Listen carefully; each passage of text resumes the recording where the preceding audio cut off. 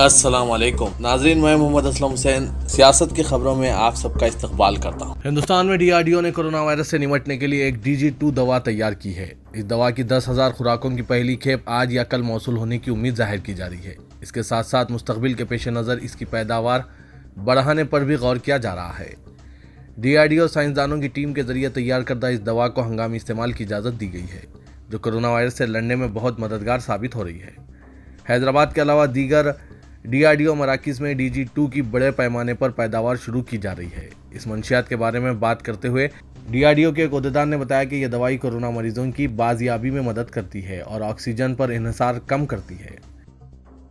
हिंदुस्तान में corona virus cases की रफ्तार कुछ हद तक कम नजर आ रही है। वज़ारत सेहत की जानिब से हफ्ते की सुबह जारी अपडेट के मुताबिक पिछले 24 घंटों में कोरोना के 3,26,098 नए केसेस दर्ज हुए हैं और 3,890 लोग फौत हुए हैं।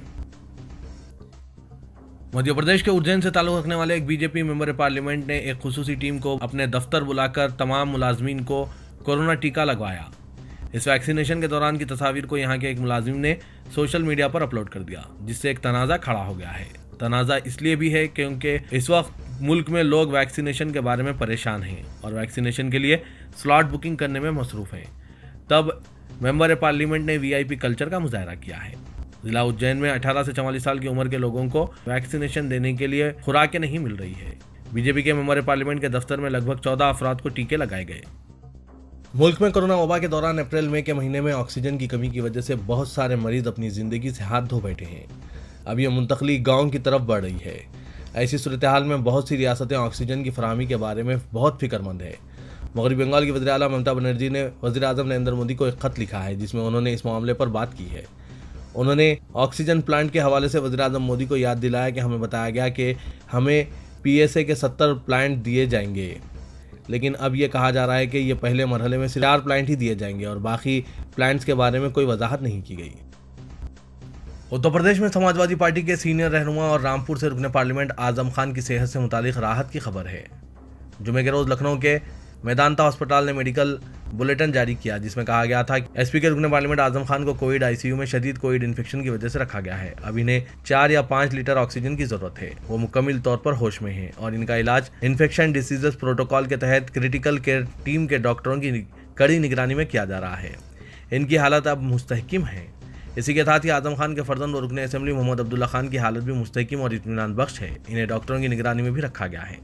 दूसरी तरफ SP सुप्रीमो अखिलेश यादव ने मेदांता के director health doctor Rajeev Kapoor से मुलाकात की और आजम खान की सेहत के बारे में जानकारी हासिल की। उन्होंने आजम खान के इलाज करने वाले डॉक्टरों की टीम से भी मुलाकात की। अखिलेश ने दिल्ली से मैक्स अस्पताल के डॉक्टरों की टीम भी तलब की है। बॉलीवुड अदाकारा कंगना रनावत का ट्विटर अकाउंट हाल ही में मुअत्तल कर दिया गया है। इसके बावजूद वो सोशल मीडिया पर सरगर्म रहती है और अपने ख्यालात शेयर करने के लिए इंस्टाग्राम का सहारा ले रही है। उन्होंने इजराइल फ़लस्तीन के मामले में सोशल मीडिया पर इजराइल की हिमायत की है। इसी दरमियान साबिक ऑलराउंडर इरफान पठान ने कंगना को इस मामले पर जमकर सुनाया। इरफान पठान ने सोशल मीडिया पर गुज़िश्ता रोज़ फ़लस्तीन की हिमायत की थी। उन्होंने साथ ही एक ट्वीट को भी रीट्वीट किया था, जिसमें उन्होंने प्रे फॉर फ़लस्तीन लिखा था। इस दरमियान बॉलीवुड अदाकारा कंगना रनावत ने इंस्टाग्राम स्टोरी में अपना मैसेज शेयर किया। कंगना ने अपनी एक इंस्टाग्राम स्टोरी में मेंबर असेंबली दिनेश चौधरी का ट्वीट भी शेयर किया। कंगना रनावत ने फ़लस्तीन के शहर गाज़ा पर इसराइल के सभी फौजी हमलों की तारीफ़ की और इसको शिद्दत पसंद इस्लामी दहशतगर्द के खिलाफ लड़ाई बताया। उन्होंने लोगों को इसराइल से कुछ सबक लेने और दहशतगर्दी के खिलाफ लड़ाई की मुखालिफत और ज़बानी तनकीद नहीं करने का भी मशवरा दिया। कंगना रनावत ने अपनी इंस्टाग्राम स्टोरी पर लिखा कि जो लोग सोचते हैं कि दहशतगर्दी का जवाब धरना और सख्त तनकीद से दिया जाना चाहिए, इन्हें इसराइल से सीखना चाहिए। हिंदुस्तान में कोरोना खैर के दरमियान कई लोग ऐसे भी हैं जो कोरोना मरीजों के लिए फरिश्ता बनकर सामने आ रहे हैं। ऐसे ही लोगों में इंडियन यूथ कांग्रेस के सदर BV श्रीनिवास भी शामिल हैं। लेकिन मोदी हुकूमत ऐसे फरिश्तों की हौसला अफजाई करने की जगह इन्हें परेशान करती हुई नजर आ रही है। दिल्ली पुलिस के कुछ अफसरान इंडियन यूथ कांग्रेस के दफ्तर में ये जानने के लिए पहुंचे कि इंडियन यूथ कांग्रेस कोरोना मरीजों के लिए ज़रूरी दवाएं, ऑक्सीजन सिलेंडर और दीगर चीज़ें किस तरह दस्तियाब कर रही है। इंडियन कांग्रेस अरकान के मुताबिक दिल्ली पुलिस क्राइम ब्रांच की टीम के कुछ अफसरान सुबह तकरीबन 11 बजे वसती दिल्ली के राय सिनार वाक़े इंडियन यूथ कांग्रेस के दफ्तर पहुंचे। इंडियन यूथ कांग्रेस के सदर श्रीनिवास मीडिया को बताया कि अफसरान इस ताल्लुक से पूछताछ करने आए थे कि हम अदालत में दाखिल अर्जी की बुनियाद पर बहरान में लोगों की मदद किस तरह कर रहे हैं। उन्होंने कहा कि पुलिस के साथ तफसीलात शेयर कर दी गई है। यूथ कांग्रेस कारकुनान के मुताबिक पुलिस ने इनसे ये पूछा कि कोविड-19 वबा से परेशान लोगों के लिए ऑक्सीजन सिलेंडर, दवाएं, एम्बुलेंस खिदमात का मैनेजमेंट और खाना कहां से ला रहे हैं। मशरक़ी उत्तर प्रदेश और बिहार में गंगा नदी से मुश्तबा कोविड के मरीजों की लाशों को तैरते हुए देखे जाने के 4 दिन बाद एक रिपोर्ट से मालूम हुआ है कि उन्नाव जिले में गंगा नदी के किनारे 2 मुकामात पर कई लाशें रेत में दफन की गई है। 2 मुकामात पर मुकामी लोगों ने दफन लाशों को देखा है। दिलचस्प बात यह है कि बेशतर लाशें जाफरानी रंग के कपड़े में लिपटी हुई थी। ताहम इस बात की तस्दीक नहीं हो सकी कि आया ये लाशें कोविड मरीजों की है।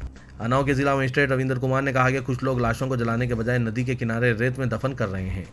इत्तला मौसूल होने के बाद मैंने अफसरान को जाए वकूफ़ पर भेजा है।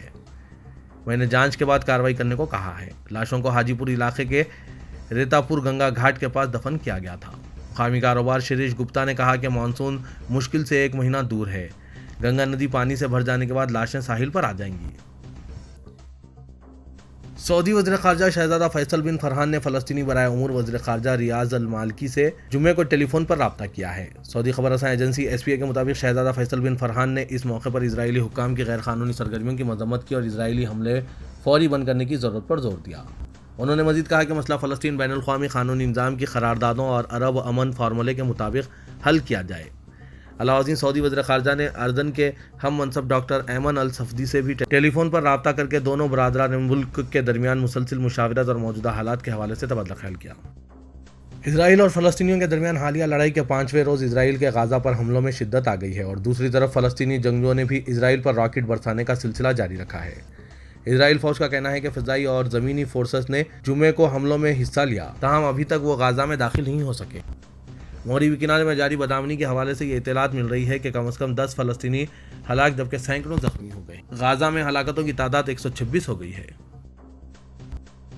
रियासत तेलंगाना में गुज़श्ता 24 घंटों के दौरान कोरोना के 4305 नए केसेस दर्ज हुए हैं, जबकि 29 अमवात वाक़ई हुई है।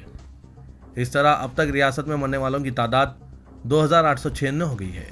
रियासत में कोरोना के 4305 केसेस के साथ जुमला केसेस की तादाद 5,20,709 हो गई है। तेलंगाना बिलखुसूस दारुल हुकूमत हैदराबाद में ईद उल फित्र खामोशी के साथ गुजर गई और ईद के मौके पर कोई गहमा गहमी या खुशियों का माहौल नहीं देखा गया। कोविड क़वायद और लॉकडाउन के बाद ईदगाहों में नमाज ईद उल फित्र की अदायगी की इजाज़त नहीं थी। शहर और अजला में महदूद तादाद में फजर के बाद मसाजिदों में ईद उल फित्र की नमाज अदा की गई, जबकि अवाम की अक्सरियत घरों में नमाज अदा करते देखे गए। कोरोना वायरस के खात्मे के लिए दुआएं की गई। दोनों शहरों हैदराबाद और सिकंदराबाद में कोरोना वायरस लॉकडाउन के दौरान ईद उल फित्र इंतहाई मोहतात अंदाज में मनाई गई और शहरियों ने अपने घरों में नमाज ईद या शुक्राना अदा करने पर इत्तेफाक किया। शहर हैदराबाद में किसी भी मुकाम पर ईद उल फित्र का कोई बड़ा इज्तिमा मुनक़िद नहीं हुआ। शहरियों की जानिब से न सिर्फ नमाज ईद अदा के इज्तिमा मुनक़िद करने से गुरेज किया गया, बल्कि ईद के मौके पर बगलगिर होने से भी इज्तनाब करते हुए हुकूमत, उलमा और कायदीन की जानिब से की जा रही अपीलों पर मुस्बित रद्दअमल ज़ाहिर किया गया। रियासत तेलंगाना में हुकूमत और पुलिस की जानिब से ईद उल फित्र के मौके पर रियायत का मौक़िफ़ इख्तियार किया गया था, लेकिन इसके बावजूद शहर हैदराबाद में कोई गहमा गहमी या इज्तिमा नहीं देखे गए, बल्कि बाज़ मुकामात से मौसूल हुई इत्तलात के मुताबिक सुबह की अवलिन साअतों में नमाज अदा कर ली गई। तेलंगाना की गवर्नर तमिलिसाई सौंदरराजन ने ईद उल फित्र के मौके पर राजभवन में काम करने वाले मुस्लिम स्टाफ के साथ राजभवन के सब्ज़ोज़ार पर एक सादा तकरीब मुनक़िद की और इन्हें ईद उल फित्र की मुबारकबाद पेश की। बाद गवर्नर ने मुस्लिम स्टाफ में मिठाइयाँ तकसीम की। शायद ये पहला मौका है जहाँ राजभवन में गवर्नर की जानिब से राजभवन के स्टाफ में ईद उल फित्र के मौके पर ईद उल फित्र मनाई गई और मिठाइयाँ तकसीम की गई। ईद उल फित्र के मौके पर हैदराबाद और रच्चाकुंडा पुलिस कमिश्नरेट की जानिब से शहर के मुख्तलिफ चेक पोस्टों और लॉकडाउन के इंतजाम का जायजा लिया गया। जुमे के रोज़ Rachakonda police commissioner Mahesh M भगवत ने पुलिस के मुख्तलिफ चेक पोस्टों पर लॉकडाउन इंतजाम और इसके निफाज का मुआयना किया। भगवत और इसके आला अहदेदारों ने पुलिस स्टेशनों का दौरा किया जो LB नगर, हयात नगर, अब्दुल्लापुर, मीरपेट, उप्पल पर वाक़ है। उन्होंने वहां मौजूद अफसरान और अमले से लॉकडाउन और इसके इंतजामिया के बारे में दरियाफ्त किया। हैदराबाद पुलिस कमिश्नर अंजनी कुमार ने भी पुराने शहर में मुख्तलिफ मकामात का दौरा किया और वहाँ मौजूद पुलिस एहलकारों के जरिए किए जा रहे हिफाजती इंतजाम का जायजा लिया। वज़ीर इंफॉर्मेशन टेक्नोलॉजी KT रामाराव ने कहा है कि तेलंगाना में कोरोना की सूरत हाल दीगर रियासतों के मुकाबले बेहतर हुई है। कोरोना के मरीजों के इलाज के लिए हैदराबाद उम्मीद की एक किरण बन चुका है और न सिर्फ तेलंगाना बल्कि पड़ोसी रियासतों से कोरोना के मरीजों को हैदराबाद मुंतकिल किया जा रहा है। हुकूमत की जानिब से तश्कील दी गई टास्क फोर्स के पहले इजलास के बाद मीडिया के नुमाइंदों से बात करते हुए KT रामाराव ने कहा कि रियासती हुकूमत ने अवाम के ताउन से कोरोना के केसेस पर काबू पाने में कामयाबी हासिल की है। मरकजी वज़ीर सेहत डॉक्टर हर्षवर्धन ने भी तेलंगाना हुकूमत की सताइश की है।